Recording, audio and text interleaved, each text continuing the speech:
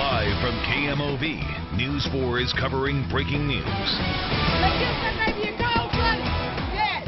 He didn't even do nothing wrong. But walk down the street. We continue following a very hostile breaking news situation. There is outrage tonight from those reacting to a Ferguson police officer shooting and killing an 18-year-old. The community is flooding the streets of North County demanding answers. News 4 has team coverage with 2 crews following the developments. We begin with News 4's Brittany Noble, who's live at West Florissant in Canfield, where the teenager was killed. What kind of reaction have you seen tonight, Brittany? Well, Chris, the situation here continues to change. As day became night, more and more people became frustrated with police about what happened to an 18-year-old boy named Mike from Normandy. Now, there were hundreds of people standing in this area earlier today. I was here too. Police eventually cleared the scene. My photographer and I turned down Canfield. It's right there in that intersection, hoping to talk with more people. We quickly left because there was a dumpster fire. Now, since then, we've seen multiple police cars going in and out of that neighborhood that we were just in. County Councilwoman Hazel Irby was also there and shot by the scene. Be honest, how bad is it right now? I think it's very bad. There's a large crowd over there. And I think that you see the police are going back and forth over there continuously. So it's not going to die down soon. Something has to be done. We need the investigation, a quick investigation.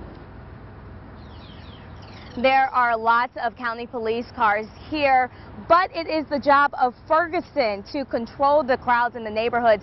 So I did speak with the chief of Ferguson, the police chief, and you can hear what he has to say coming up about how he plans to calm everybody down. But first, the details of the shooting are still very unclear, but the situation has many people from Ferguson, from the Ferguson neighborhood, beyond angry. News 4 Corey Stark has been talking with people and witnesses who saw it all happen. He's live from the St. Louis County Police headquarters. Corey?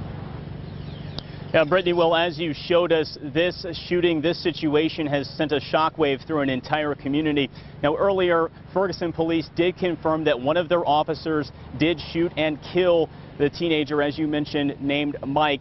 Now, the big question, of course, is why. The St. Louis County Police Department is the one handling that part of the investigation. Meanwhile, dozens of people who saw this shooting happen, they say this officer acted unjustly. We wasn't causing any harm to nobody. We had no weapons on us at all. Dorian Johnson says he was walking home from a convenience store with his friend Mike Brown. They were walking on the street when a Ferguson police officer from his vehicle told the boys to get out of the street. Johnson says they kept walking, causing the officer to confront the boys, first from his car, then got out of the car, firing a shot. Johnson says him and Brown were scared and ran away from the officer. He shot again, and once my friend felt that shot, he turned around and he put his hands in the air, and he started to get down, but the officer still approached with his weapon drawn, and he fired several more shots. No justice, no peace. Instantly, hundreds gathered, angered and saddened by what they call a complete overreaction by the officer. Now a family is demanding answers. You took my son away from me. You know how hard it was for me to get him to stay in school and graduate? You know how many black men graduate? Not many.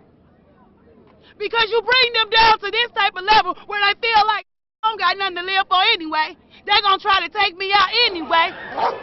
The crowd became more angered, even someone firing shots.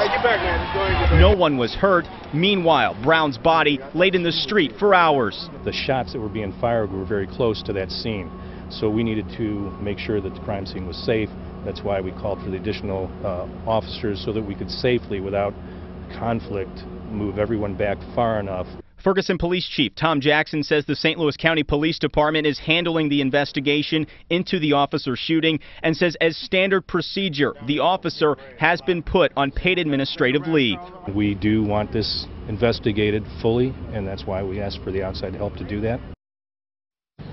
And as you saw in that video, this all happened in the middle of a very busy apartment complex with a lot of witnesses. We understand that police do have cell phone videos from several witnesses that could be a part of this investigation, once again being handled by the St. Louis County Police Department. We'll continue to monitor this situation throughout the night, have the very latest on News 4 this morning, and of course later on in this show. Chris, we'll send it back to you.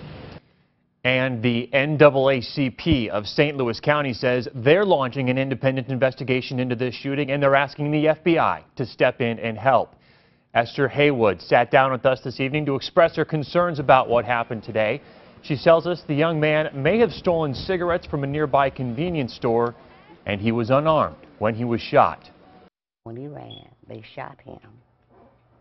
And then, when he went down, evidently, it was said that he went for his telephone, trying to get his cell phone.